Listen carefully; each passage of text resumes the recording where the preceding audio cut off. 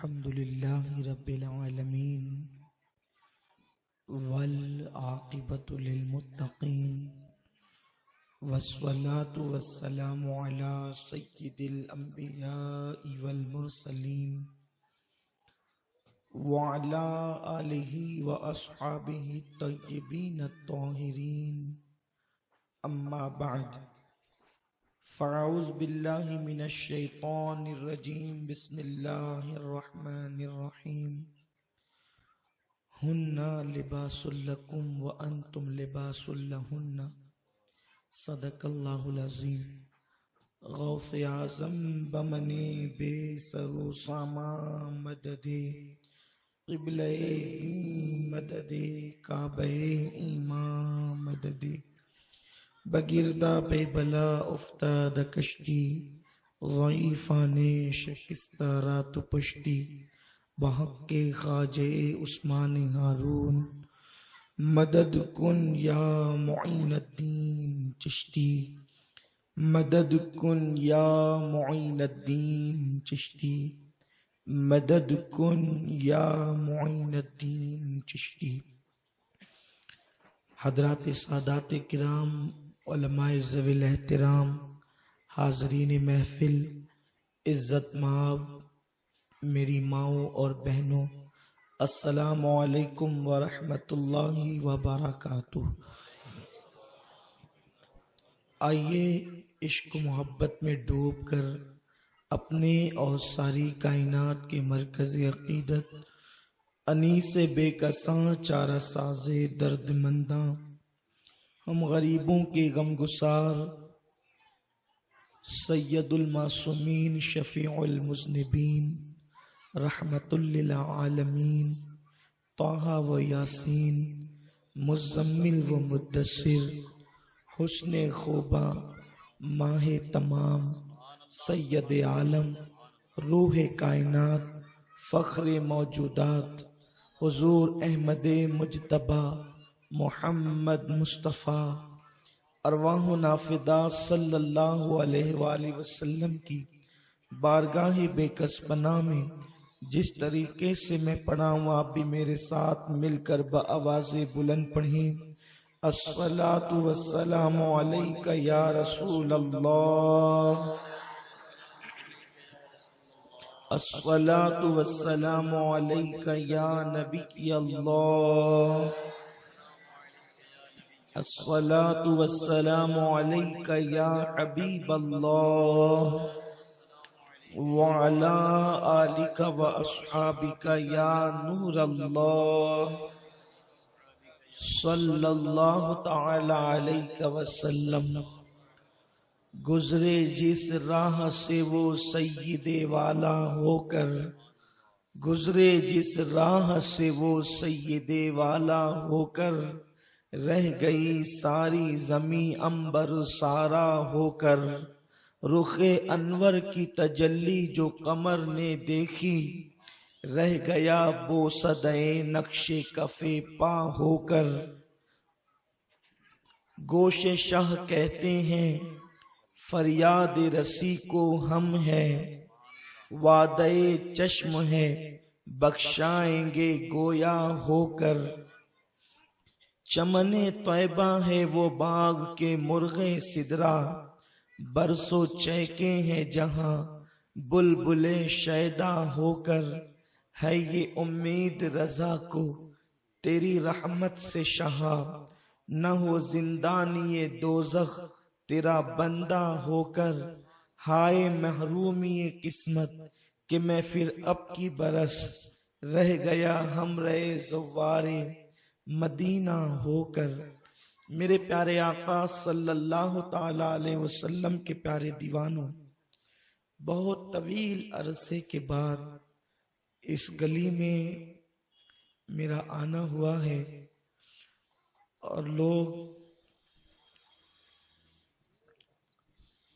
مجھے جانتے ہیں، میں ان کو جانتا ہوں، تو بہت سارے عنوانات کی فرمائش ہے، اور میں سارے عناوین پر گفتگو تو نہیں کر سکتا، لیکن دو عناوین کو کچھ میں آپ کے سامنے آج پیش کروں گا انشاءاللہ۔ اس مناسبت سے میں نے قرآن مقدس کی آیے کریمہ کے ایک حصے کی تلاوت کی ہے۔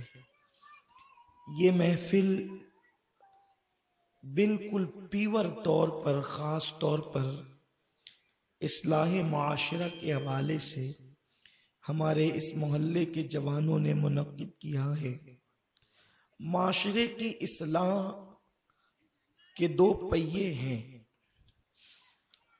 جیسے گاڑی کے دو پہیے ہوتے ہیں اسی طرح معاشرے کے دو پہیے ہیں، اسے مرد اور عورت کہتے ہیں، یا آپ اس کو ماں اور باپ بھی کہہ سکتے ہیں، اس لیے کہ بچوں پر ماں باپ کا جتنا اثر پڑتا ہے اتنا اثر نہ استاد کا پڑتا ہے، نہ مسجد کے امام کا پڑتا ہے، نہ کسی اور کا پڑتا ہے، اس لیے کہ مسجد کے امام سے ملاقات دن میں زیادہ سے زیادہ 5 وقت ہوتی ہے، استاد سے ملاقات دن میں 1 مرتبہ، وہ بھی چند گھنٹے کے لیے، پھر اس کے بعد بالغ ہوئے تو نماز کے لیے مسجد میں پہنچے، شعور آیا تو استاد کے پاس پہنچے، لیکن انسان ماں باپ سے اتنا قریب ہوتا ہے کہ ابھی اس نے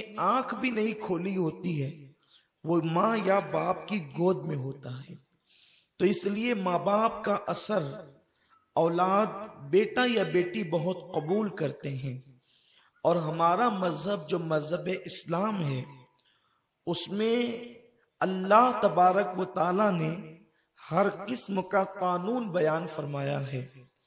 ایک مرد کو بیوی کے ساتھ اور ایک بیوی کو شوہر کے ساتھ کس طریقے سے زندگی گزارنی چاہیے، اسلام اس کو بہت شارٹ، بہت مختصر الفاظ میں بیان کرتا ہے، لیکن اگر ہزاروں کتابیں میاں بیوی کے حقوق پر لکھی جائیں تو قرآن کی آیہ کریمہ کا یہ حصہ بھاری پڑ جائے گا اور وہ کتابیں ہلکی ہو جائے گی۔ میرا اللہ قرآن میں ارشاد فرماتا ہے، ہن لباس لکم وانتم لباس لہن، مرد عورتوں کے لیے لباس ہے اور عورتیں اپنے شوہر کا لباس ہے، مرد اور عورت دونوں ایک دوسرے کا لباس ہے۔ لباس کا مطلب کیا ہوتا ہے؟ لباس کہتے ہیں، دیکھیے کس کے بدن میں پھوڑی ہے، کس کے بدن میں پھنسی ہے، کس کے بدن میں سفید داغ ہے، کس کے بدن میں کیا ہے، اس وقت پتہ چلتا ہے جب وہ ننگا ہوتا ہے۔ اگر اس پر لباس ڈال دیا جائے تو سینکڑوں پھوڑیاں بھی ہو تو لباس اس کو چھپا لیتا ہے اور انسان خوبصورت نظر آتا ہے۔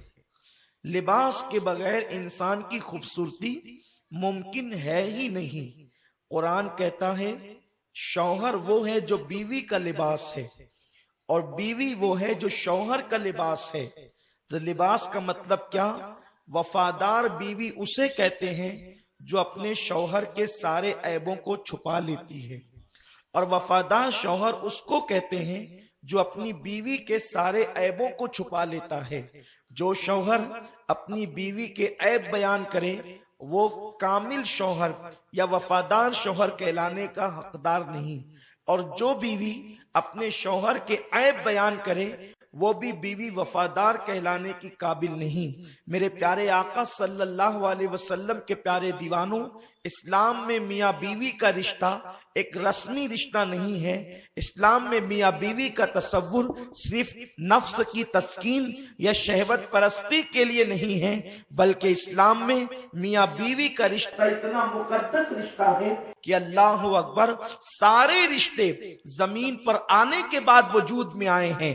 انسان کو ماں کا رشتہ کتنا مقدس رشتہ ہے ماں کا، لیکن ماں کا رشتہ بھی زمین کے اوپر ہے، باپ کا رشتہ بھی زمین کے اوپر ہے، بھائی اور بہنوں کا رشتہ بھی زمین کے اوپر ہے، لیکن میاں بیوی کا رشتہ اللہ نے سب سے پہلے جنت میں قائم فرمایا ہے۔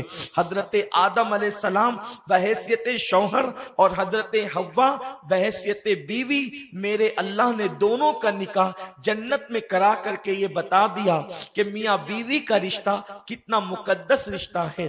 میرے پیارے آقا صلی اللہ علیہ وسلم کے پیارے دیوانوں، وقت بھی ہمارے پاس مختصر ہے، میں آج یہ بتانا چاہوں گا کہ ایک شوہر اپنی بیوی کے ساتھ کیسے رہے اور بیوی اپنے شوہر کے ساتھ کیسے رہے، تاکہ ہمارے نوجوانوں کو پتہ چلے۔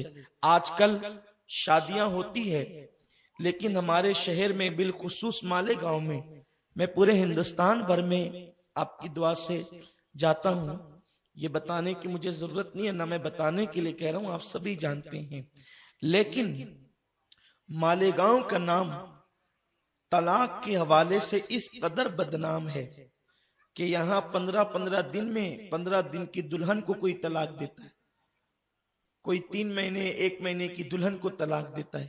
مسئلہ مشہور ہے، ابھی ہاتھ کی مہندی بھی نہیں چھٹی اور جھگڑا شروع ہو جاتا ہے۔ وجہ کیا ہے؟ اس لیے کہ شوہر اپنا حق مانگ رہا ہے اور بیوی اپنا حق مانگ رہی ہے۔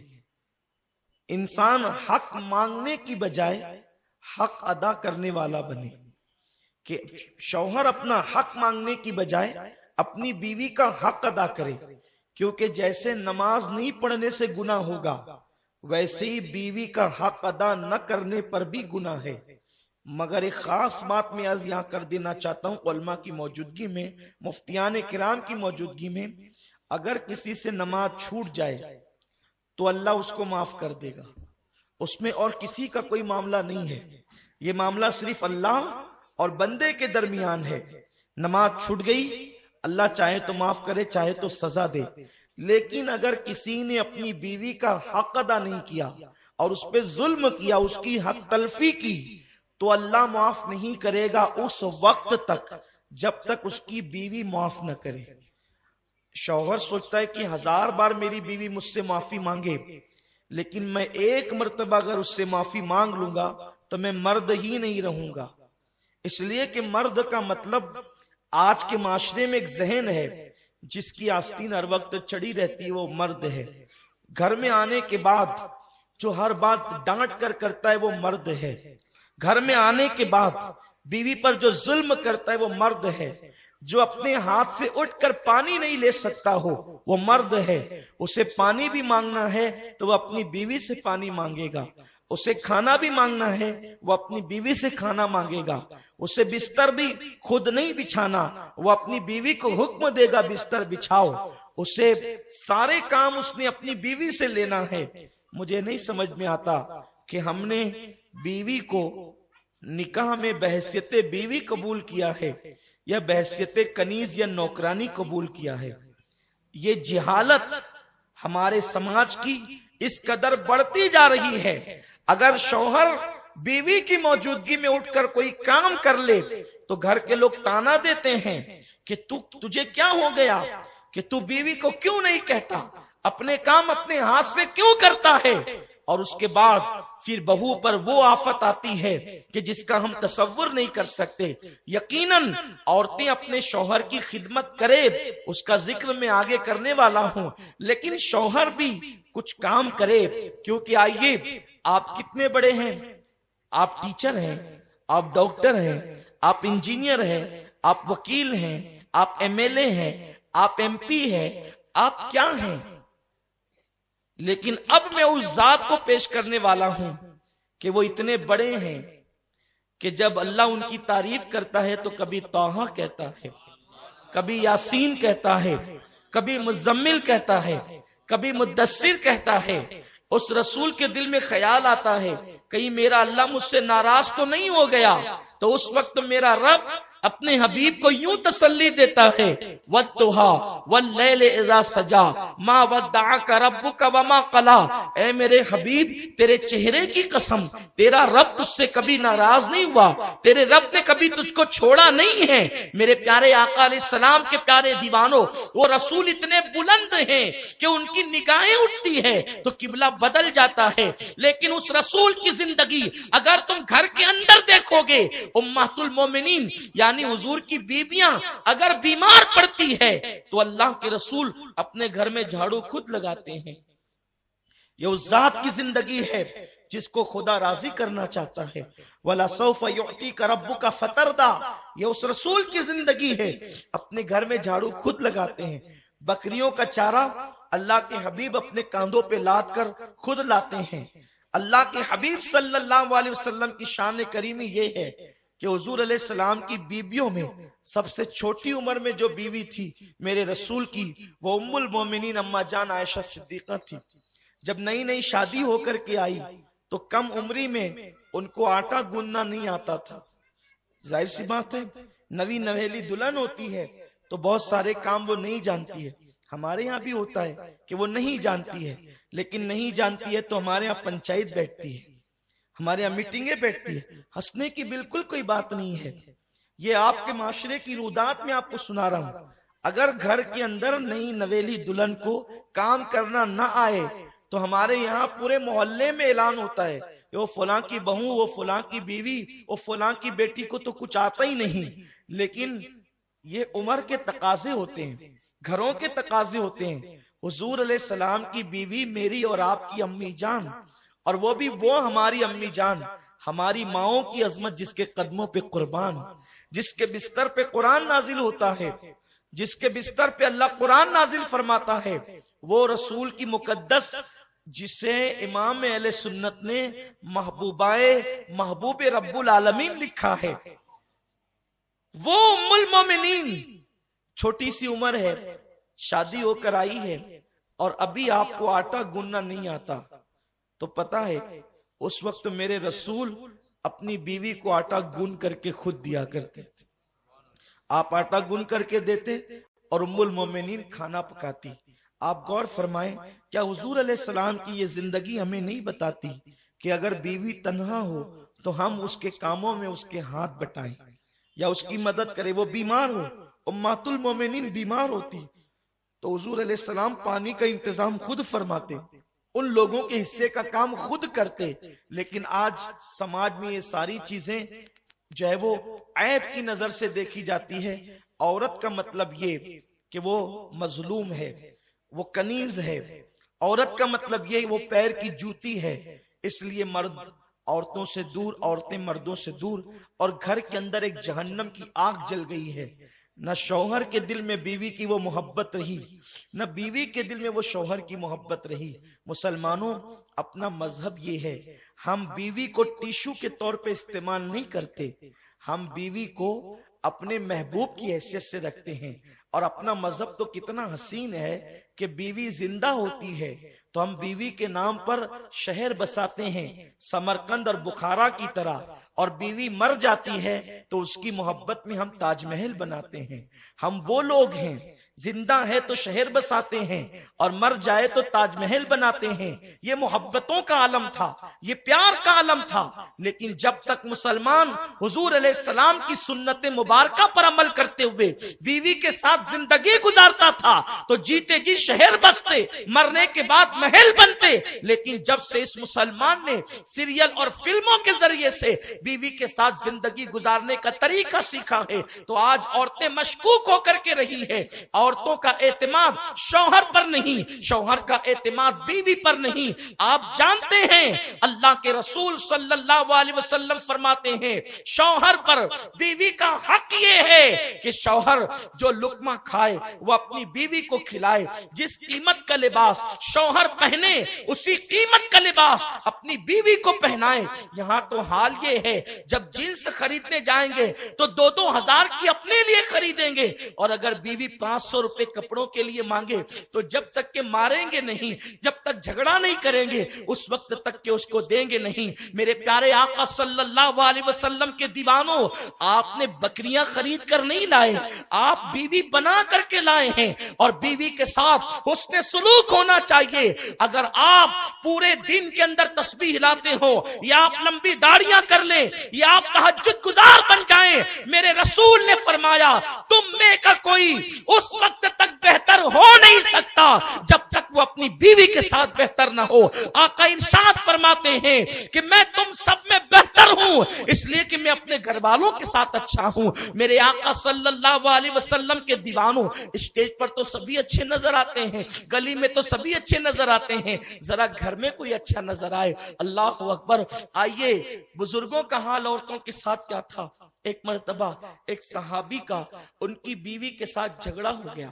دراصل یہ تھا کہ عورتیں جب تک مکے میں تھی بہت دبی دبی رہتی تھی، اس لیے کہ مکے کا ماحول ہی ایسا تھا، ابھی اسلام آیا نہیں تھا، بچیوں کو زندہ دفن کیا جاتا تھا، اور عورتوں کے لیے ہمیشہ آستینیں تنی رہتی تھی، تو زمانے جاہلیت کا بہت اثر مکے پر تھا، تو عورتیں بہت مرعوب ڈری سہمی رہتی تھی۔ لیکن جب ہجرت کر کے عورتیں مدینہ منورہ آئی تو انصار جو حضور علیہ السلام کے صحابی تھے جنہوں نے حضور کی مدد کی تھی، تو ان کی بیویاں کچھ مردوں سے بڑی منہ لگی ہوئی تھی، تو ان کو دیکھ دیکھ کر یہ مہاجر بیویاں بھی اپنے شوہروں سے الجھتی تھی محبت کے ماحول میں۔ تو ایک دن ایک صحابی جو ہے وہ ان کی بیوی سے جھگڑا کر کے یہ کہتے ہیں کہ تیرا منہ بہت چلنے لگا ہے، رک میں تیری شکایت جا کر امیر المومنین حضرت عمر ابن خطاب کو کرتا ہوں، تمہارا منہ بہت چلنے لگا ہے۔ گویا کہ اس زمانے میں بیویوں کو مارا نہیں جاتا تھا، آج کل تو ہاتھ کی مہندی بھی نہیں چھٹتی، ہلدی کے نشانات بھی ابھی بدن پر باقی ہوتے ہیں کہ مار ٹھوک شروع ہو جاتی ہے۔ میرے آقا صلی اللہ علیہ وسلم نے ان مردوں پر لعنت فرمائی ہے جو اپنی بیویوں کو مارتے ہیں۔ عورتوں کو مارنا ناجائز و گناہ ہے، اس لیے کہ مرد تیرے ہاتھ دیکھ، اس کا صنف نازک کا بدن دیکھ، سوچ تو صحیح کہاں تیرے ہاتھوں کی سختی، اس کی نزاکتیں۔ اللہ اکبر۔ اسلام کتنا عظیم مذہب ہے۔ میرے آقا علیہ السلام فرماتے ہیں کہ جو اپنی بیویوں کو مارے اللہ اس پہ لعنت فرمائے، اور ان لوگوں پہ حضور نے لعنت فرمائی ہے، عورتوں کو مار نہیں سکتے۔ اور جب مارنے کی بات آئی تو ایک مقام پہ حضور نے مارنے کا حکم دیا، وہ بھی یوں فرمایا کہ پہلے اگر تمہاری بیوی نہیں مانتی تو اسے سمجھاؤ، پہلا اسٹیپ ہے سمجھاؤ۔ کتنے لوگ سمجھاتے ہیں؟ نہیں، اے اور تو سے تو بات ہوتی ہے بیوی کے ساتھ، سب سے آپ کہیں گے، بیوی کو اے کہیں گے۔ یہ حال ہے، کس قدر بگڑیں گے ہم، اور کن کن باتوں کا ذکر، اسے عزت سے تو پکارو، کم سے کم انسان کی حیثیت سے۔ آپ نے کسی بکری کو یا کتے کو ایک کہہ کے پکارنا ہے؟ جو آپ کی شریک حیات ہے، جو آپ کی بائیں پسلی سے پیدا ہوئی ہے، آپ اس کو ایک کہہ کے پکارتے ہیں۔ یہ ایک کوئی مطلب، ایک کا کوئی مطلب ہی نہیں ہوتا ہے۔ آج کوئی مجھے لغت میں سمجھائے کہ ایک کا بھی کوئی مطلب ہوتا ہے؟ لوگ ایک کہہ کے پکارتے ہیں۔ کوئی تو ادب ہمارے پاس ہو، لوگ ہمیں دیکھیں تو اسلام سے بدزن ہو جائیں۔ میرے آقا صلی اللہ علیہ وسلم تو اپنی بیویوں کو نام لے کے پکارتے تھے، کبھی کبھی محبت میں ان ناموں کو شارٹ کر کے پکارتے تھے، اس لیے کہ یہ نام کو آدھا کر کے پکارنا یہ بھی محبت کی علامت ہے، اور یہ بھی حضور علیہ السلام کی سنت ہے کہ حضور سید عالم صلی اللہ علیہ وسلم کبھی کبھی اپنی ازواج مطہرات کو آدھے نام سے پکارتے۔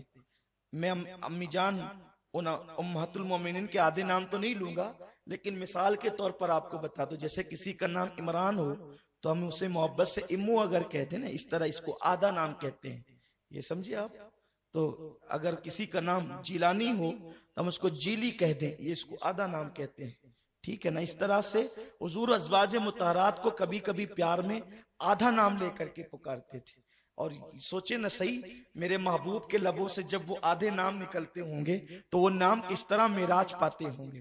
یہ ازواج مطہرات کے ساتھ حضور کا انداز ہے۔ ہم تو اے یہ کیا اے ہے، مجھے آج تک سمجھ میں نہیں آیا۔ آپ کی دعا سے نہیں بھی تو جو ہے وہ میرا روم جو ہے وہ کتابوں سے بھرا ہوا ہے، میرے روم میں جس میں میں رہتا ہوں اس میں کوئی برتن نہیں رکھا ہوتا ہے، اس میں کتابیں ہی کتابیں، اور آپ کی دعا سے جو ہے وہ مجھے جتنا وقت ملتا ہے میں کوشش کرتا ہوں کہ پڑھوں، لیکن اب تک مجھے ایک کا کوئی مطلب ملا ہی نہیں ہے۔ جو بے معنی الفاظ سے ہم پکارتے ہیں نا، اس کا کوئی مطلب ہی نہیں ہے۔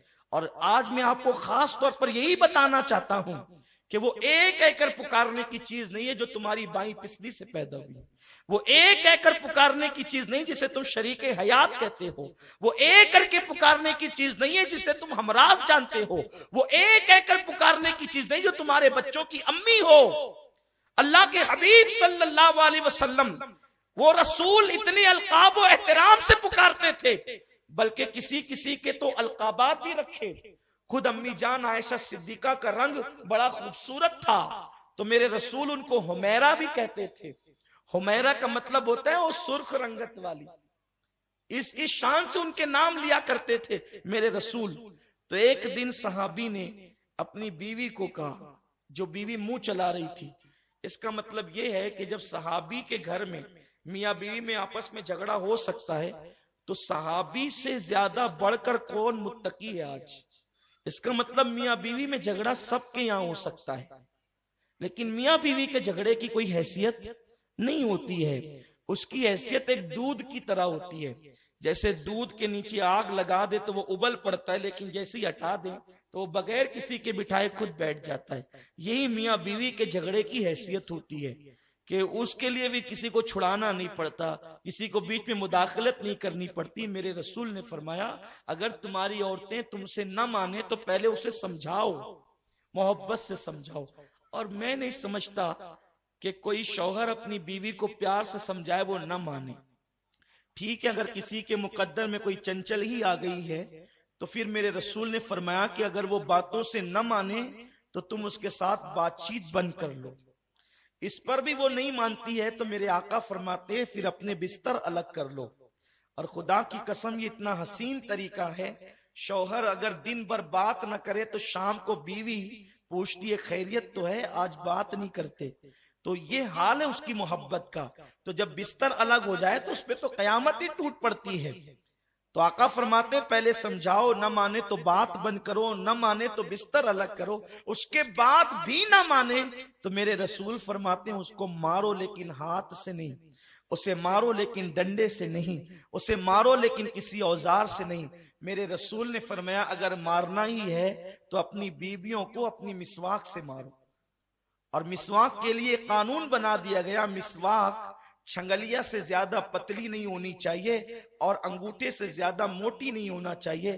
تو جو نہ چھنگلیا سے پتلی ہو نہ انگوٹھے سے موٹی ہو اور ایک بالشت سے بڑی بھی نہ ہو، تو آپ بتائیں اگر اس مسواک سے بیوی کو مارا جائے تو اسے لگے گی کہاں؟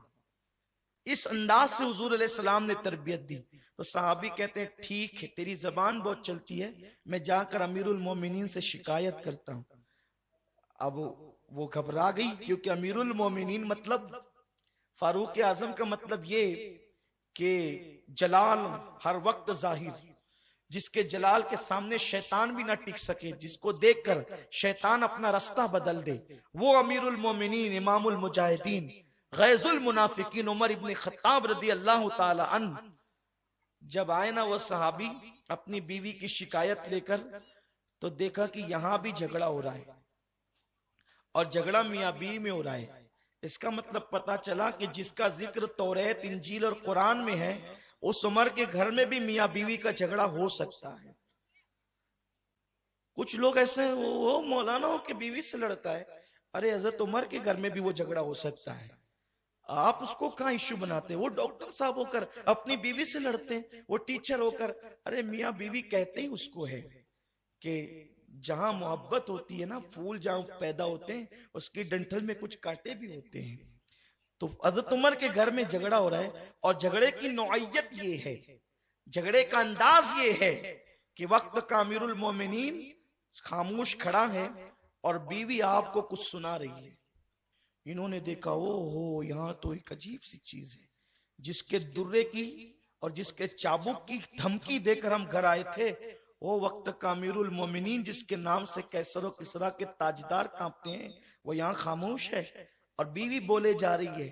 انہوں نے سوچا کہ نہیں اپنا مسئلہ تو حل ہو گیا، اس سے کم ہی معاملہ ہے اپنی یہاں کا، تو وہ وہاں سے نکل پڑے۔ فاروق اعظم کو یوں لگا کہ کوئی آیا اور گیا، بھئی گھر میں جھگڑا ہو رہا ہو اور کوئی آ کر کے جھانک کر کے چلا جائے تو ایک احساس سا ہوتا ہے، اس کو لگا کہ کوئی گیا۔ آپ باہر نکلے، پہنچے کہ رے ادھر آؤ کیا بات ہے؟ کہا نہیں مسئلہ حل ہو گیا۔ کہا یہ کیا بات ہوئی؟ مسئلہ بتائے بغیر حل ہو گیا، یہ بھی کوئی مسئلہ ہے؟ کہا ہاں بتائے بغیر حل ہو گیا۔ کس طرح سے؟ کہا میرے گھر میں بھی وہی ہو رہا تھا جو آپ کے گھر میں ہو رہا ہے، میں اپنی بیوی کو منہ چلاتے دیکھا تو میں نے کہا رک، امیر المومنین سے تیری شکایت کرتا ہوں، وہ تجھے ٹھیک کریں گے۔ لیکن جب آپ کے گھر آیا تو میری بیوی سے زیادہ تو آپ کی اہلیہ آپ سے لڑ رہی تھی، میں نے سوچا میرے گھر میں تو اس سے کم ہی معاملہ ہے۔ تب فاروق اعظم نے کہا او اللہ کے بندے، تو سنانے ہی پیدا نہیں ہوا، وہ تیری بیوی ہے، اگر وہ سن سکتی ہے تو وہ سنا بھی سکتی ہے۔ اور مردوں کا ظرف اتنا ہونا چاہیے کہ وہ کبھی کبھی سن بھی لیا کریں۔ میرے آقا صلی اللہ علیہ وسلم نے فرمایا جو اپنی بیوی کی باتوں کو سن کے صبر کر لے، آقا فرماتے اللہ اسے صبر ایوب کا ثواب عطا فرمائے۔ اب میری بہنیں خوش ہو گئی ہوگی، شاید وہ آج مجھے دعا بھی دے رہی ہوگی کہ میں ہمارے لیے بہت اچھا مسئلہ حل کر دیا، لیکن سن لے، اس سے یہ نہ جاننا کہ اب آپ بیوی شوہر سے منہ ہی چلاتے رہیں۔ استغفر اللہ۔ میرے آقا صلی اللہ علیہ وسلم فرماتے ہیں اللہ اس بیوی پر اور اللہ کے سارے فرشتے پوری رات لعنت کرتے ہیں، ان عورتوں پر پوری رات لعنت ہوتی ہے جس کا شوہر اس سے ناراض ہو کر سو رہا ہوتا ہے۔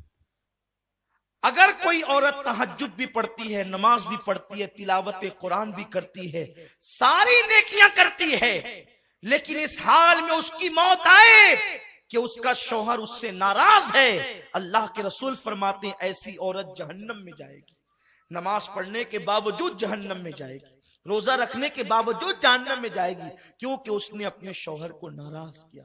بلکہ یہاں تک میرے رسول نے فرمایا کوئی عورت تندور پر روٹی ڈال چکی ہو، اس زمانے میں توے نہیں تھے یعنی کہ جیسے آج ہیں، تندور پر روٹیاں پکتی تھی، آقا فرماتے کوئی عورت تندور پر روٹی ڈال چکی ہو اور اس کا شوہر اسے اپنی ضرورت کے لیے بلائے، کیونکہ محفل میں سبھی لوگ ہیں، میں بہت حیا کے پردے میں حدیث پڑھ رہا ہوں، عورت نے تندور پہ روٹی ڈال دی ہے اور اس کا شوہر اپنی ضرورت کے لیے اس کو بلائے اور عورت نہ کہہ دے اور شوہر ناراض ہو جائے تو جب تک وہ شوہر کو نہیں منائے گی اللہ اور اس کے فرشتے اس پر اسی طرح لعنت کرتے رہیں گے۔ اگر اسی حالت میں اس کو موت آ گئی تو وہ عورت جہنم میں جائے گی۔ آج کل کی عورتیں تو شوہر کو گالیاں دیتی ہے، اگر شوہر غصے میں کہہ دے کہ تجھے طلاق دوں گا تو وہ اس کا منہ دبانے کی بجائے یا معافی مانگنے کی بجائے یا اس سے لجاجت کرنے کی بجائے آج کی عورتیں اتنی بے باک ہو گئی ہے کہ یہاں تک ہم نے سنا ہے لوگوں سے، لوگ آ کر کے بتاتے ہیں، ہمیں تو نہیں پتا لیکن لوگ آ کر کے بتاتے ہیں کہ شوہر نے کہا کہ طلاق دوں گا، کہتے ہیں اگر تیرے باپ کا ہوگا تو دے کے بتا۔ استغفر اللہ۔ جو عورتیں اس قدر بے باک ہو گئی ہو، ایسی عورتیں لعنتی ہے جو اپنے شوہر سے طلاق کا مطالبہ کرتی ہے۔ اللہ اکبر۔ میرے رسول صلی اللہ علیہ وسلم فرماتے ہیں کہ اگر کسی کے شوہر کے جسم میں پھوڑے پیدا ہو جائیں، پھنسیاں پیدا ہو جائے اور اس سے پی بے بے کر کے نکل رہا ہو اور اس کی بیوی اس کو زبان سے چاٹ چاٹ کر صاف کرے تو بھی بیوی اپنے شوہر کا حق ادا نہیں کر سکتی۔ شوہر کا حق یہ ہے بیوی پر کہ اگر شوہر کے بدن کے زخم کو وہ زبان سے چاٹ کر صاف کرے تو بھی حق ادا نہیں کر سکتی۔ اور اللہ کے رسول صلی اللہ علیہ وسلم فرماتے ہیں اگر میں اللہ کے سوا کسی کو سجدہ کرنے کی اجازت دیتا تو میں عورتوں کو کہتا کہ وہ اپنے شوہر کو سجدہ کرے، لیکن چونکہ غیر اللہ کو سجدہ جائز نہیں اس لیے عورتوں کو اجازت نہیں، لیکن عورت اپنی ہر خوشی کو اپنے شوہر کی خوشی پہ قربان کر دے۔ اللہ اکبر۔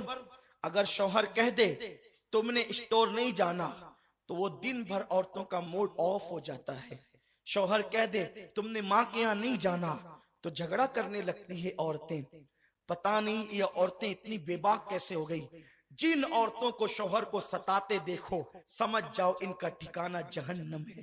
اللہ کے حبیب صلی اللہ علیہ وسلم فرماتے ہیں کہ میں نے جہنم میں سب سے زیادہ عورتوں کو دیکھا، کیونکہ عورتیں اپنے شوہر کی ناشکری ہوتی ہے، یعنی ان کو ہر دن ہر چیز ملے اور کبھی نہ ملے تو بس ان کا ایک جملہ تو یہ آپ سن ہی لیں گے کہ جب سے اس گھر میں آئی ہوں مجھے کبھی خوشی نہیں ملی، جب سے اس گھر میں آئی ہوں میرا مطالبہ پورا نہیں ہوا، حالانکہ ہر دن پورا ہوا۔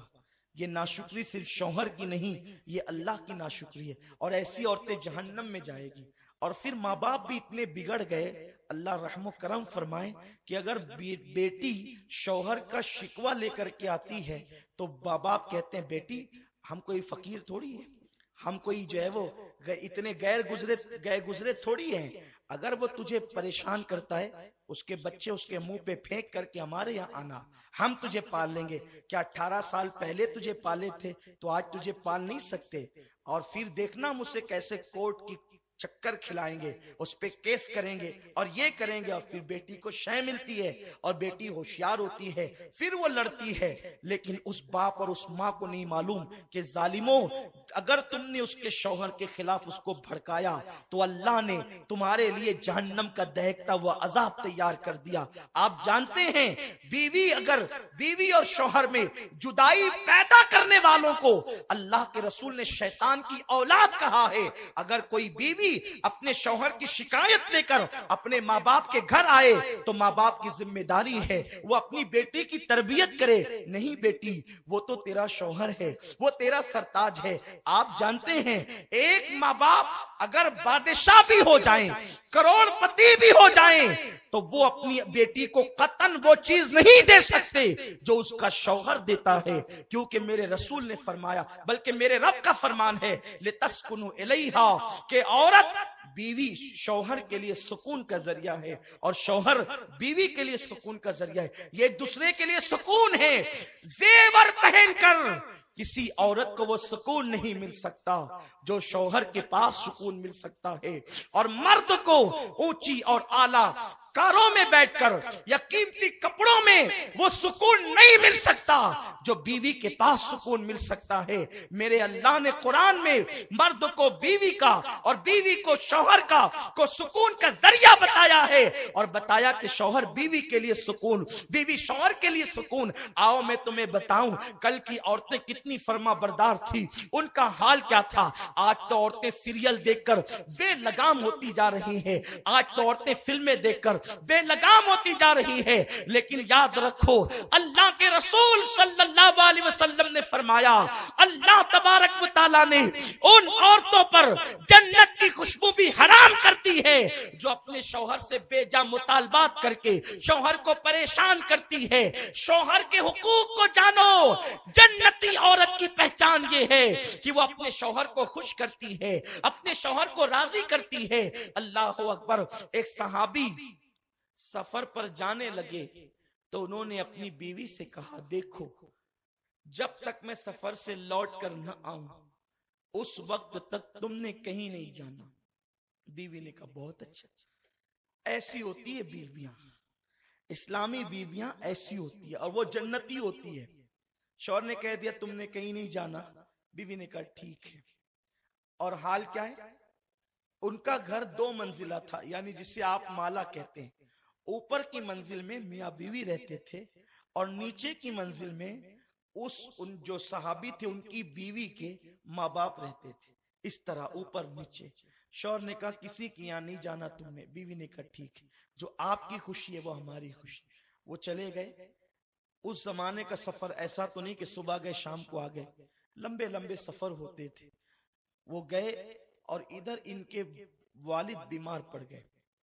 جب والد بیمار پڑے تو کچھ لوگوں نے آ کر کے خبر دی، یہ نیچے بیمار ہے اوپر وہ رہتی ہیں، کہ تمہارے ابا بیمار ہیں اور بہت زیادہ طبیعت خراب ہے۔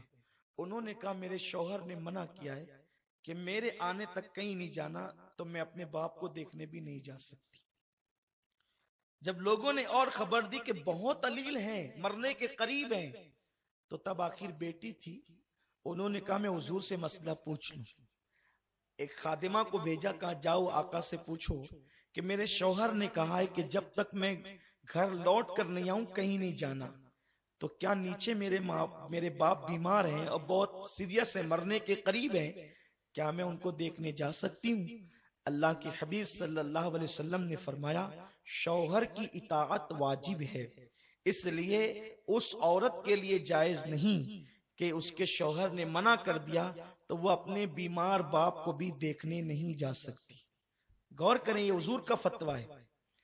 اور آج تو کتنے ہنگامے ہوں گے۔ شوہر کو حق ہے کہ اگر وہ چاہے تو اپنی بیوی کو نفل روزے سے روک سکتا ہے۔ شوہر کہہ دے کہ تم کو نفل روزہ نہیں رکھنا تو بیوی کے لیے اب ناجائز ہو گیا ہے نفل روزہ رکھنا، بلکہ اگر بیوی نے نفل روزہ رکھ لیا شوہر کی اجازت کے بغیر اور ابھی سورج سر پر نہیں آیا تو شوہر اگر کہہ دے کہ روزہ توڑ دے تو نفل روزہ بیوی کو توڑ دینا چاہیے۔ یہ اسلام ہے، یہ اسلام کا قانون ہے۔ قوم کی بیٹیوں نے کیا سمجھ رکھا ہے شوہر کو، وہ اور مردوں کی طرح سمجھتی ہے۔ اللہ اکبر! یہاں تک میرے رسول نے فرمایا عورت مصلی پہ کھڑے رہ کر نفل نماز پڑھے، اس سے زیادہ ثواب عورت کو اس میں ملے گا کہ وہ اپنے شوہر کی خدمت کرے۔ یہ اسلام کا قانون ہے۔ جب اس طرح زندگی گزارو گے تو ہماری بیٹیاں کسی غیر کا ہاتھ پکڑ کر نہیں بھاگے گی، گھر کے اندر جہنم کی آگ نہیں جلے گی، گھر جنت نشان بن جائے گا۔ میرے پیارے آقا صلی اللہ علیہ وسلم کے دیوانوں، اللہ کے حبیب صلی اللہ علیہ وسلم نے منع فرما دیا کہ اس کے شوہر نے کہا ہے کہ میرے آنے تک نہیں جانا تو اس نے نہیں جانا۔ کچھ دنوں بعد کسی نے کہا تمہارے ابا کا انتقال ہو گیا۔ دیکھو بیٹی کو آواز سے بہت پیار ہوتا ہے۔ جب باپ کی انتقال کی خبر سنی کہا اب تو اپنے باپ کا آخری بار چہرہ دیکھ لو۔ بیوی نے کہا کہ میرے شوہر نہیں آیا اور انہوں نے کہا ہے کہ جب تک میں گھر نہ ہوں تمہیں کہیں نہیں جانا، تو میرے شوہر نے منع کیا ہے سو میں نہیں جا سکتی، مجھے نہیں جانا۔ لوگوں نے کہا کہ آخری صورت ہے ایک بار تو دیکھ لو، کہ حضور سے مسئلہ پوچھو۔ جب آقا سے مسئلہ پوچھا گیا حضور اس کے شوہر نے کہا کہ جو ہے وہ جب تک میں گھر لوٹ کر نہ ہوں تم نے کہیں نہیں جانا۔ اب باپ انتقال کر چکے ہیں، آخری بار صورت دیکھنی، جنازہ اٹھنے والا ہے، وہ اپنے گھر سے نکل سکتی ہے یا نہیں؟ آقا نے فرمایا اس کے لیے ضروری ہے کہ وہ اپنے شوہر کے حکم پر عمل کرے، یعنی اگر شوہر نے روک دیا ہے تو وہ باپ کی میت میں بھی نہیں جا سکتی۔ یہ آقا علیہ السلام کا فرمان۔ حالانکہ اس صحابی کو کی نیت قطعاً یہ نہیں تھی کہ باپ بیمار پڑے تو بھی نہیں جانا، مر جائے تو یہ تصور بھی نہیں رہا ہوگا، وہ اچانک معاملہ ہونا تو ہو گیا، لیکن شوہر ہے، شوہر کا حال یہ ہے۔ کاش کہ ہمارے زمانے کی عورتیں سمجھتی کہ جو عورت شوہر کی باغی ہو جائے وہ جنت میں نہیں جا سکتی، وہ عذاب قبر میں گرفتار ہوگی، وہ جہنم کا ایندھن بنے گی۔ آقا نے فرمایا اسے چاہیے کہ وہ شوہر کے حکم پہ عمل کرے، باپ کی میت میں نہ جائے۔ آخر وہ روتی رہی، دوپٹے سے آنسو پوچھتی رہی، کیونکہ آخر تھی بیٹی، تھی عورت۔ اللہ اکبر! جنازہ اٹھ گیا ہے اور قبرستان گیا ہے۔ اسی رات اس خاتون نے اپنے باپ کو جنت میں ٹہلتے دیکھا، عرض کیا بابا جان آپ جنت میں؟ کہا بیٹی جنت میں آنے کا ایک ذریعہ تو ہے، تو نے اپنے شوہر کی فرما برداری کی، اس کے صدقے میں اللہ نے مجھے جنت عطا فرما دی۔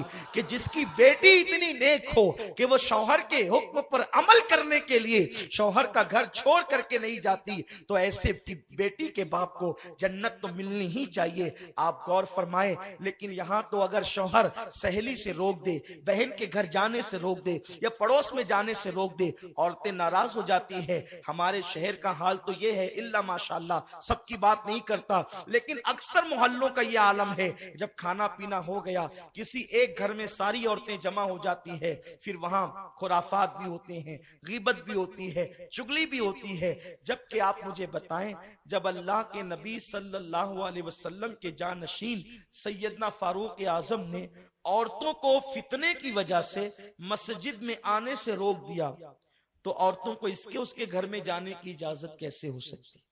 یہ جتنے جو خرافات ہوتے ہیں وہ اس کے گھر جانے سے ہوتے ہیں۔ عورت اپنے گھر میں جب تک رہے گی وہ محفوظ رہے گی۔ ہاں کوئی کام ہو تو وہ باپردہ جائیں تو ایک الگ بات ہے. بے کام کی عورتیں جمع ہو کر بیٹھتی ہے, بلکہ اب تو گھر میں بھی نہیں بیٹھتی. ہم تو یہ دیکھتے ہیں کہ عورتیں تو اپنے اوٹوں پر بیٹھتی.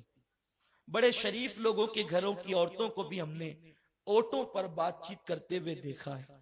جبکہ اللہ کے نبی صلی اللہ علیہ وسلم فرماتے ہیں جن لوگوں کی عورتیں بے پردہ کہیں جائے یا بیٹھے اور وہ مرد منع نہ کرے, وہ دیوس ہے. دیوس, یہ دیوس کیا ہے آپ جانتے ہیں؟ دیوس, حضور نے کہا دیوس ہے وہ جس کے گھر کی عورتیں بے پردہ گھومیں. بہن, بیٹی, بیوی اگر بے پردہ گھومے, کسی کے سامنے چہرہ کھولے اور وہ طاقت ہونے کے باوجود نہ روکے, آقا فرماتے وہ مرد دیوس ہے. نہ اس کی نمازیں قبول ہوتی ہے, نہ اس کی دعائیں قبول ہوتی ہے. ہمارے یہاں ماحول ہے شہر میں, مالیگاؤں میں عورتیں شان سے دوپہر کے وقت باہر بیٹھتی, کوئی روکنے والا ہی نہیں ہے, کوئی منع کرنے والا ہی نہیں ہے.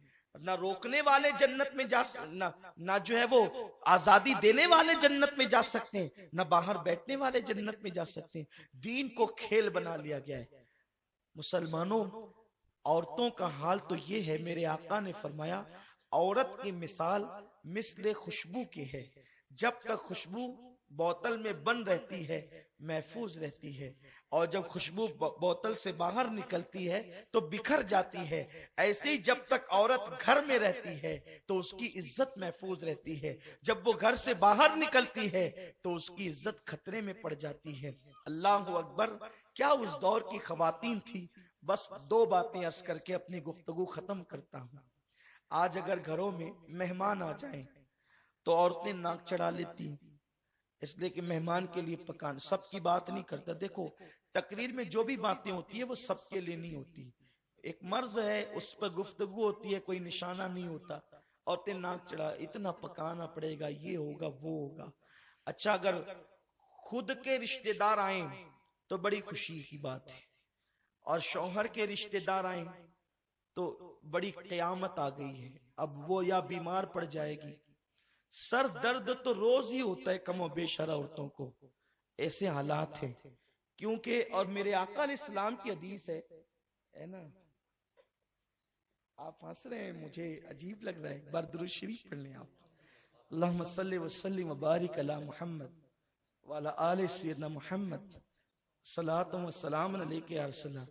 اصل میں کیپٹن صاحب اس لیے ہنس رہے ہیں کہ ان کو یوں لگ رہا ہے کہ میرے تجربات یہ کالی داڑھی والا لڑکا کیسے بیان کر رہا ہے. تو میں ان کو بتا دوں کہ یہ آپ ہی کی دعاؤں کی برکتیں ہیں. اس لیے کہ اس عمر میں اتنے تجربات نہیں ہوتے, لیکن اگر کسی سفید داڑھی والے کی دعا لگ جائے تو کالی داڑھی میں بھی اتنے تجربات آ جاتے ہیں. یہ کتابوں سے نہیں آتے, یہ دعاؤں سے آتے ہیں. یہ محنت سے نہیں آتے, یہ دعاؤں سے آتے ہیں. اس کی بڑی برکتیں نصیب ہوتی ہے. اللہ آپ سب کو بھی اس کی برکتوں سے مالا مال فرمائیں, ہم کو بھی مالا مال فرمائیں.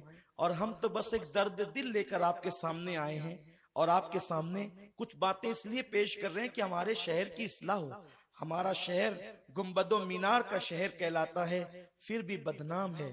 اخبارات میں جب ہمارے شہر کے نام سے کوئی رپورٹ چھپتی ہے اور اس میں غلط باتیں ہوتی ہے تو چہرہ چھپانے کو دل چاہتا ہے کہ کیا منہ لے کر لوگوں کے درمیان جائیں کہ مسلمانوں کی اکثریت کا, بلکہ غیر مسلم تو ہنستے ہیں کہ یہ مسلمان جہاں زیادہ ہوتے ہیں وہاں خرافات بھی زیادہ ہوتے ہیں. مسلمانوں ایسا معاشرہ تشکیل دو کہ تمہیں دیکھ کر کے لوگ پکار اٹھے کہ جب آج کے دور والوں کا حال یہ ہے تو مدینے والے مصطفیٰ کے معاشرے کا حال کیا ہوگا. اس لیے ماحول بنائیں. تو عورتیں جو ہے وہ بیمار اکثر, لیکن میں ایک حدیث اپنے بھائیوں کو, بہنوں کو, سب کو سنا دینا چاہتا ہوں. اگر اللہ بیمار نہ کرے تو اپنے آپ کو کبھی بیمار نہ بولا کرو. کبھی کبھی ایسا ہوتا ہے نا, ہم نے کہیں جانا نہیں ہوتا, ہم کہتے ہیں میں بیمار ہوں. کوئی کام کا موڈ نہیں ہوتا تو کہتے ہیں بیمار ہوں. حدیث پاک کا مفہوم ہے کوئی بیمار نہ ہو اور وہ اپنے آپ کو بیمار بتائے تو گویا کہ وہ اللہ پہ تہمت لگاتا ہے, الزام لگاتا ہے. کیونکہ بیمار کرنا کس کا کام ہے؟ اللہ کا کام ہے. اللہ نے بیمار نہیں کیا اور آپ کہہ رہے ہیں میں بیمار ہوں, تو آپ نے اللہ پہ الزام لگایا، تہمت لگائی. جیسے اگر میں نے نہیں مارا آپ کو اور آپ نے کہا کہ سید صاحب نے مارا تو آپ نے مجھ پہ الزام لگایا، آپ مجھ پہ الزام لگائیں گے تو مجھے اچھا لگے گا؟ نہیں. تو آپ اللہ پہ الزام لگا رہے کہ میں بیمار ہوں، جبکہ اس نے بیمار نہیں کیا. سن لو، جو بیمار نہ ہو اور وہ بیمار بنے، فرمایا گیا جو بیمار نہیں ہوتا اور اپنے آپ کو بیمار کہتا ہے تو پھر اللہ اس کی سزا میں ناراض ہو کر کے اس کو ایسی بیماری دیتا ہے کہ پھر کبھی اس کو شفا نہیں ملتی، وہ ہمیشہ بیمار ہی رہتا ہے. اس لیے کبھی بیمار نہ بننا، جعلی جھوٹے بیمار نہ بننا، جھوٹ موٹ کے بیمار نہ بننا، بلکہ بیمار ہو بھی جاؤ جب تک کوئی پوچھے نہیں تب تک بتانا نہیں. کیونکہ جب کوئی بیمار ہو کر بھی اپنی بیماری نہیں بتاتا تو اللہ فرشتوں سے کہتا ہے دیکھو میں نے بیماری دی پھر بھی یہ چھپا رہا ہے. یار کی شکایت نہیں کرتا، محبوب کی شکایت نہیں کرتا، اللہ کی شکایت نہیں کرتا تو اللہ تبارک و تعالیٰ اسے تندرستی عطا کرتا ہے. لوگ کہتے ہیں بہت بخار ہے، یہ بہت بخار نہیں کہنا چاہیے، بہت سر درد ہے، بہت سر درد نہیں کہنا چاہیے. اگر بتائے بھی تو ڈاکٹر کو کہنا چاہیے کہ سر میں درد ہے، بخار ہے. بہت نہیں کہنا چاہیے. جب اللہ بہت دے گا نا تو زمین پہ پیر بھی نہیں ٹکیں گے، تڑپتے رہو گے، اس کو کہتے ہیں بہت. تو اس لیے اللہ پہ الزام نہیں رکھنا چاہیے. مسلمانوں تول کر کے بولو، دین سیکھو.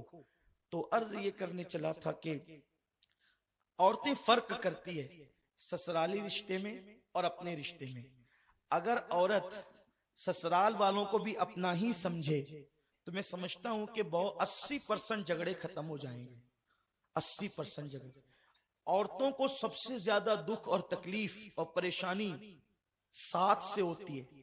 ان کے لیے سب سے تکلیف دہ ذات اکثر ساس ہوتی ہے. لیکن اگر عورتیں یہ سمجھے کہ یہ ساس اگر نہ ہوتی تو میرا شوہر کہاں سے آتا، ساس ہی کے صدقے میں تو شوہر ملا ہے، اسی کے بیٹے کا نام شوہر ہے نا. لیکن عورتیں بہت چھوٹے دماغ سے کام لیتی ہے. ان کو سمجھنا چاہیے کہ ساس بھی آپ کی ماں کی جگہ ہے. ایک شخص نے اپنی بیوی سے پوچھا کہ بیوی یہ بتائیں کہ سب سے دنیا میں خوش نصیب عورت کون ہے، آپ بتا سکتی ہیں کون ہے؟ تو اس وقت اس کی بیوی نے جواب دیا کہ دنیا کی سب سے خوش نصیب عورت کا نام حوا ہے. شوہر نے تعجب سے کہا وہ کیسے؟ تو بیوی نے کہا اس لیے کہ حوا کی کوئی ساس نہیں تھی، اس لیے وہ سب سے خوش نصیب بیوی ہے. کہ جب ان کے یہاں ساس ہی نہیں تھی تو کوئی تکلیف ہی نہیں تھی. حالانکہ ساس ہو کر بھی عورتیں تکلیف سے بچ سکتی ہے. صرف ایک کام انہیں کرنا ہے کہ وہ ساس کو اپنی ماں سمجھے اور ساس کا ہر مطالبہ پورا کریں. محبت ہوگی گھر میں. کسی کو کوئی اگر نفرت دیتا ہے نا، نفرت کے جواب میں اگر ہم محبت دیں تو محبت ہی محبت ہوگی.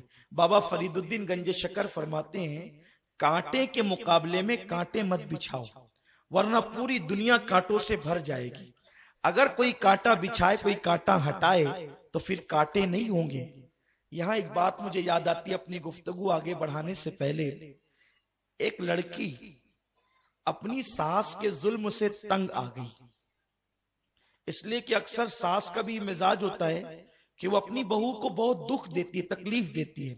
لیکن میں جو ساس یہاں موجود ہے، جو میری بوڑھی مائیں بہنیں یہاں موجود ہے جو ساس بن چکی ہے، جو اپنی بہو کو تکلیف دیتی ہے، میں ان سے صرف اتنا کہنا چاہتا ہوں کہ اگر اس تیری بہو کی جگہ تیری بیٹی ہوتی تو کیا تو اس کے ساتھ بھی ایسا ہی کرتی؟ وہ تیری بیٹی ہی کی جگہ تو ہے. اور سنو میرے رسول نے فرمایا کما تدین و تدان، کہ تم جیسا کرو گے ویسا ہی پاؤ گے. تو تم اپنے گھر میں اگر بہو پہ ظلم کرو گے تو تمہاری بیٹی پر بھی ظلم ہوگا. تم اپنی بیوی پہ ظلم کرو گے تو تمہاری بہن پر بھی ظلم ہوگا. اگر ساس اپنی بہو کو بیٹی کی طرح پیار دے تو وہاں اس کی بیٹی سکون کی زندگی گزارے گی، وہاں اس کی بیٹی اطمینان کی زندگی گزارے گی. سن لو، خدا دور نہیں ہے، خدا قریب ہے. اس لیے کوئی ساس اپنی بہو پہ ظلم نہ کرے. ایک لڑکی خاتون اپنی ساس کے ظلم سے تنگ آ گئی. اس کا خاندان بڑا شریف تھا، شریف گھرانے کی تھی. وہ ماں باپ کے پاس جب بھی جا کر ساس کی شکایت کرتی، ماں باپ کہتے بیٹی نباہ کر لو، بیٹی صبر کر لو، کیونکہ جو صبر کرے گا گھر والوں کی تکلیف پر اللہ اسے حضرت آسیہ کے ثواب کے برابر ثواب عطا فرمائے گا، بیٹی صبر کر لو۔ ماں باپ صبر کی تلقین کرتے رہے۔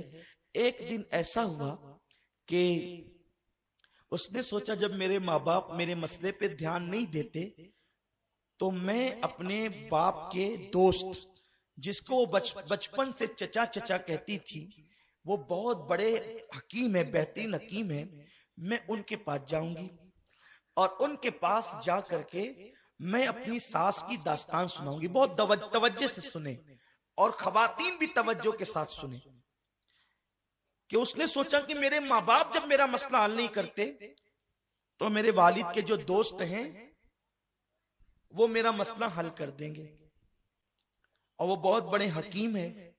تو اس وقت جو ہے وہ اپنے بچپن سے والد کے دوست کو چچا چچا کہتی تھی، وہ گئی اور جانے کے بعد کا چچا جان میری ساس اس پہ ظلم کرتی ہے، گالیاں دیتی ہے، میرے شوہر کو بہکاتی ہے، وہ مجھے مارتے ہیں، آپ ایک کام کریں کوئی ایسا خطرناک زہر دے دیں کہ جس کی وجہ سے میری ساس مر جائے تاکہ میرا یہ جو کاٹا ہے وہ نکل جائے اور میرے گھر کے مسئلے حل ہو جائے۔ آج کل کی بہویں بھی ایسا کرتی ہے کہ ساس سے تنگ آ کر وہ کسی عامل کے پاس، تعویذ والے کے پاس جاتی کہ کوئی ایسا کام کرو کہ میری ساس کا منہ بند ہو جائے، وہ مجھے کچھ نہ کہے۔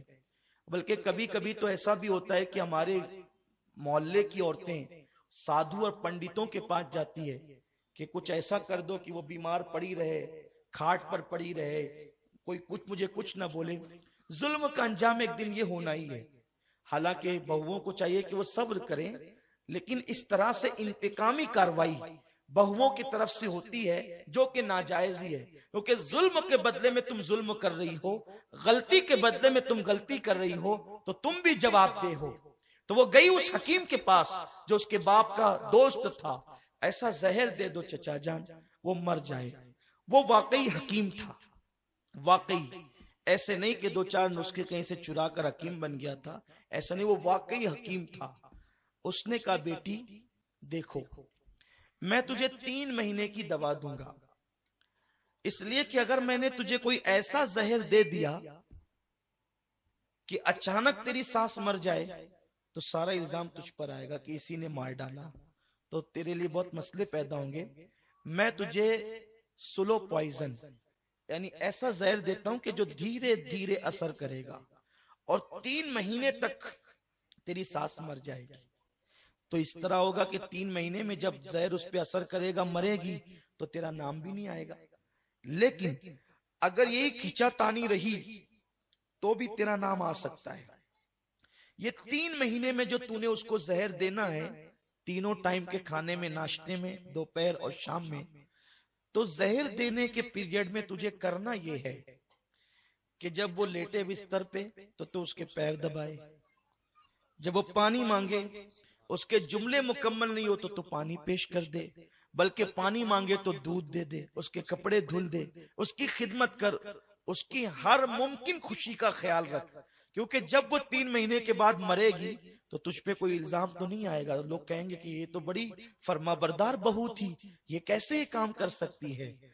اس نے سوچا بہت اچھا نسخہ ہے، جب مارنا ہی ہے 3 مہینے کے اندر اس کو، تو 3 مہینے کے لیے اتنی مصیبت تو میں اٹھا سکتی ہوں کہ روز رات کو پیر دبا سکتی ہوں، اس کے سر کی مالش کر سکتی ہوں، اسے اچھے اچھے کھانے کھلا سکتی ہوں، بس 3 مہینے کی تکلیف ہے، ہمیشہ کے لیے پھر اپنی راحت ہی راحت ہے۔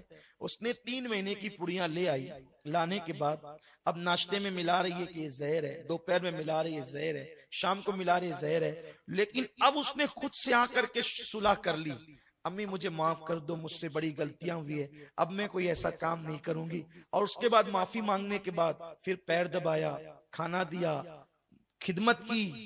ساس کو ایسا لگا میری بہو تبدیل ہو رہی۔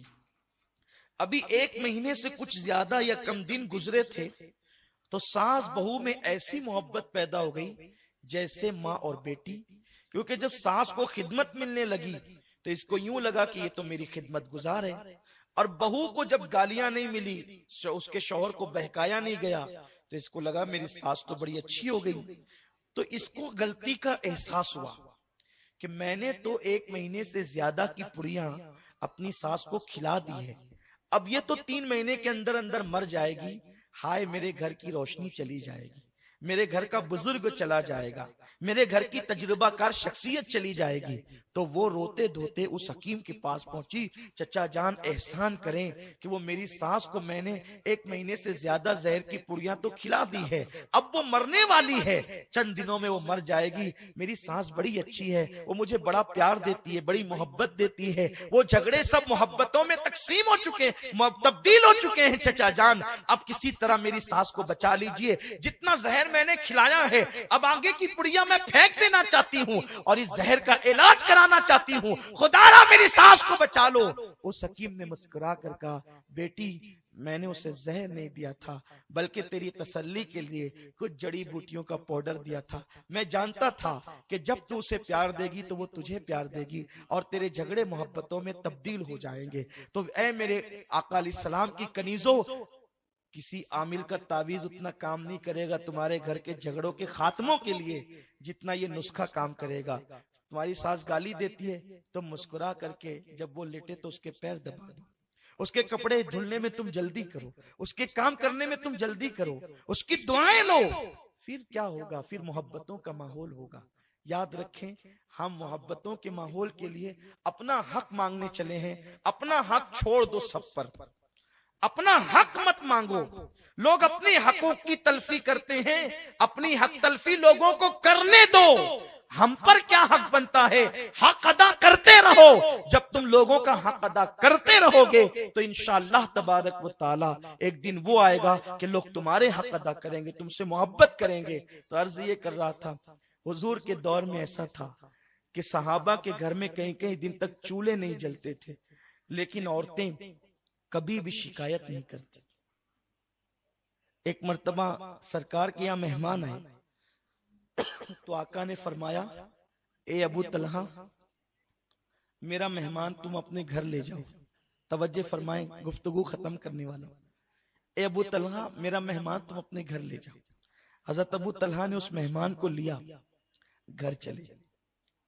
مغرب کے بعد کا وقت ہے اور ابو طلحہ گھر جا رہے ہیں، لیکن دل و دماغ میں سوچتے ہیں کئی دن سے گھر میں تو کچھ پکا نہیں ہے، اسے کھلاؤں گا کیا؟ صحابہ کی یہ غربت تھی، یہ پریشانی بظاہر تھی۔ گھر گئے، بیوی سے کہا بتاؤ حضور نے مہمان بھیجا ہے، کیا کریں گے؟ انہوں نے کہا بچے بھوکے ہیں لیکن میں نے کہیں سے ان کے لیے کھانے کا انتظام کیا ہے، ایک کام کرتے ہیں یہ کھانا 2 بچوں کا حضور کے مہمان کو کھلا دیتے ہیں۔ بچوں کا کیا ہوگا؟ کہ میں بچوں کو بیلا فسلا کر سلا دوں گی اور تم مہمان کو کھانا کھلا دینا۔ کہ مہمان اکیلے تو نہیں کھائے گا، اس کے ساتھ تو مجھے بیٹھنا ہی ہوگا۔ تو بیوی نے کہا ٹھیک ہے آپ اس کے ساتھ بیٹھ جانا، میں چراغ کی بتی بلند کرنے کے بہانے چراغ بجھا دوں گی، تم ہاتھ اٹھاتے رہنا، منہ چلاتے رہنا، مہمان سمجھے گا کہ تم بھی کھا رہے ہو، اس طرح وہ بھی کھا لے گا اور ہم اللہ کا شکر کر کے پانی پی کر کے سو جائیں گے۔ وہ صحابی نے ایسا ہی کیا، حضور کے مہمان کے ساتھ بچوں کو بہلا کر سلا دیا گیا، ہاتھ اٹھاتے رہے، منہ چلاتے رہے، چراغ کی بتی جو ہے وہ پہلے ہی بجھا دی گئی بڑی کرنے کے بہانے، اور یہ معاملہ سارا ہوتا رہا۔ وہ مہمان پیٹ بھر کے کھا کر کے گیا۔ رات کا ماحول تو کسی کو نہیں پتا تھا کہ کیسے گزری۔ صبح کو جب ابو طلحہ پہنچے تو میرے آقا نے فرمایا ابو طلحہ میرے مہمان کے لیے جو تو نے اور تیری بیوی نے قربانی دی ہے وہ اللہ نے دیکھی ہے، اور اس کے بدلے میرے اللہ نے تم دونوں کو جنت کی بشارت عطا فرما دی۔ غور فرمائیں، یہ ماحول میں صحابہ جیتے تھے، لیکن آج تھوڑی سی پریشانی اور تکلیف آئے تو واویلا ہوتا ہے، حتیٰ کہ اب حالات یہ ہو رہے ہیں کہ تھوڑی سی مشکل اور پریشانی کو لے کر عورتیں سود کی طرف جا رہی، بچوں کو کھانے کے لیے کم ہے، نئے کپڑے نہیں ہیں تو سود سے پیسے لیے جاتے ہیں۔ یاد رکھیں جو سود سے پیسے لیتا ہے وہ بھی ملعون ہے۔ آقا نے فرمایا جتنا گنہگار سود دینے والا ہے، لینے والا جتنا گنہگار ہے اتنا ہی سود دینے والا بھی گنہگار ہے، دونوں گناہ میں برابر کے شریک ہے، دونوں پر لعنت ہے۔ اور اب تو مسلم محلوں میں ایسا بھی ہوتا ہے کہ کوئی عورت اپنے شوہر کے پیسے جمع کر کر کے رکھتی ہے، تو پڑوس کی عورت قرض مانگنے آئے تو کہتی ہے کہ اگر 10 لے جا رہی تو 12 لا کر دینا، 100 لے جا رہی تو 110 لا کر کے دینا، یہ سود ہے۔ میں ان بہنوں سے کہنا چاہتا ہوں اپنے پیٹ میں جہنم کی آگ مت بھرو، کیونکہ میرے آقا صلی اللہ علیہ وسلم فرماتے ہیں قیامت کے دن سود خوروں کو، سود کھانے والوں کو یعنی بیاج کھانے والوں کو اس طریقے سے اٹھایا جائے گا کہ ان کے پیٹ مٹکوں کی طرح ہوں گے اور اس میں آگ بھری ہوگی اور اس میں بچھو ہوں گے اور وہ اٹھنے کی کوشش کریں گے لیکن اٹھ نہیں پائیں گے۔ لوگ کہیں گے یہ کون لوگ ہیں؟ تو فرشتے کہیں گے یہ سود خور لوگ ہیں جو لوگوں سے سود لیا کرتے تھے اور کھایا کرتے تھے، اور حال یہ ہوگا کہ ان کو استغفر اللہ، اللہ اکبر، ایک حدیث یاد آتی ہے، سود خوروں کے لیے جہنمیوں کی شرمگاہ سے ایک پیپ کی نہر نکلے گی۔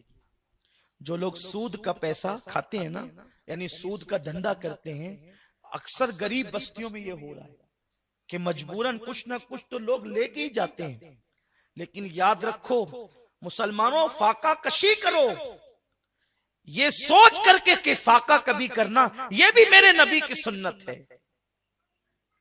ایک وقت کا نہ کھانے سے کوئی مر نہیں جاتا، اور شادی کے موقع پر کوئی ضروری نہیں ہے کہ آپ 50 پہلی کا کھانا کرے، اللہ نے دیا ہے 100 پہلی کا بھی کرے، لیکن اگر نہیں ہے تو سود سے پیسے لے کر کے اپنے بچوں کی شادیاں نہ کرو۔ میرے رسول نے سب کچھ ہونے کے بعد اپنی بیٹی کی شادی اس لیے بڑی سادگی سے کی تھی تاکہ غریبوں کو ایک دستور مل جائے، غریبوں کو ایک قانون مل جائے۔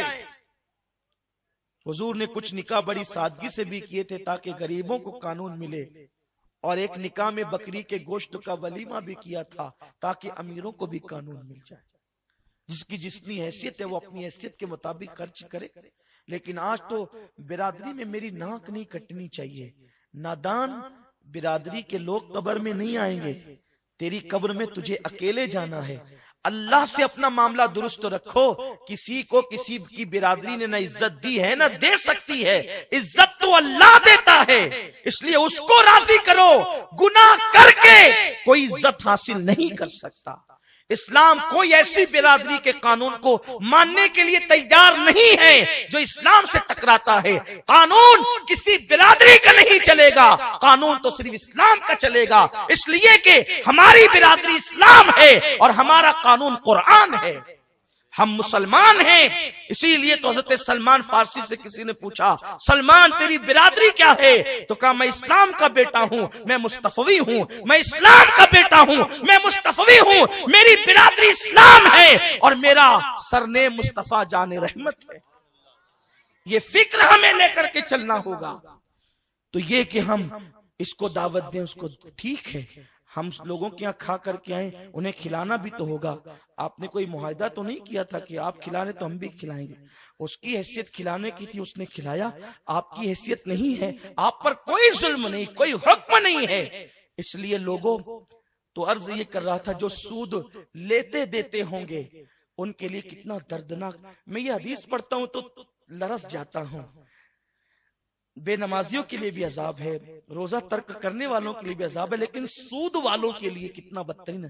جہنمیوں کی شرمگاہوں سے پیپ کی نہر نکلے گی اور وہ اتنی بدبودار ہوگی، اور اتفاق سے اللہ اکبر وہ جہنمی جو ہوں گے، اللہ اکبر، وہ زانی جہنمی ہوں گے، اور زانی جہنمیوں کی شرمگاہوں سے اس وقت اتنی بدبو نکلے گی کہ وہ بدبو اگر دنیا کے انسانوں پہ کھول دی جائے تو سارے دنیا کے انسان مر جائیں، اور اسی سے وہ پیپ کی نہریں نکل رہی ہوگی۔ اس پیپ کی نہروں میں سود لینے والے دینے والے ڈبکیاں لے رہے ہوں گے، جیسے وہ سر اوپر کریں گے تو ایک بڑا سا پتھر ان کے سر پہ ڈالا جائے گا، انہیں منہ اندر کر لینا ہوگا۔ اس وقت تو فرشتے پوچھیں گے یہ کون لوگ ہیں؟ کہا جائے گا یہ وہ، فرشتوں سے لوگ پوچھیں گے یہ کون لوگ ہیں؟ فرشتے کہیں گے یہ وہ لوگ ہیں جو دنیا میں سود لیتے بھی تھے اور دیتے بھی تھے۔ ہم کس لیے سود لے رہے ہیں؟ نئے کپڑوں کے لیے۔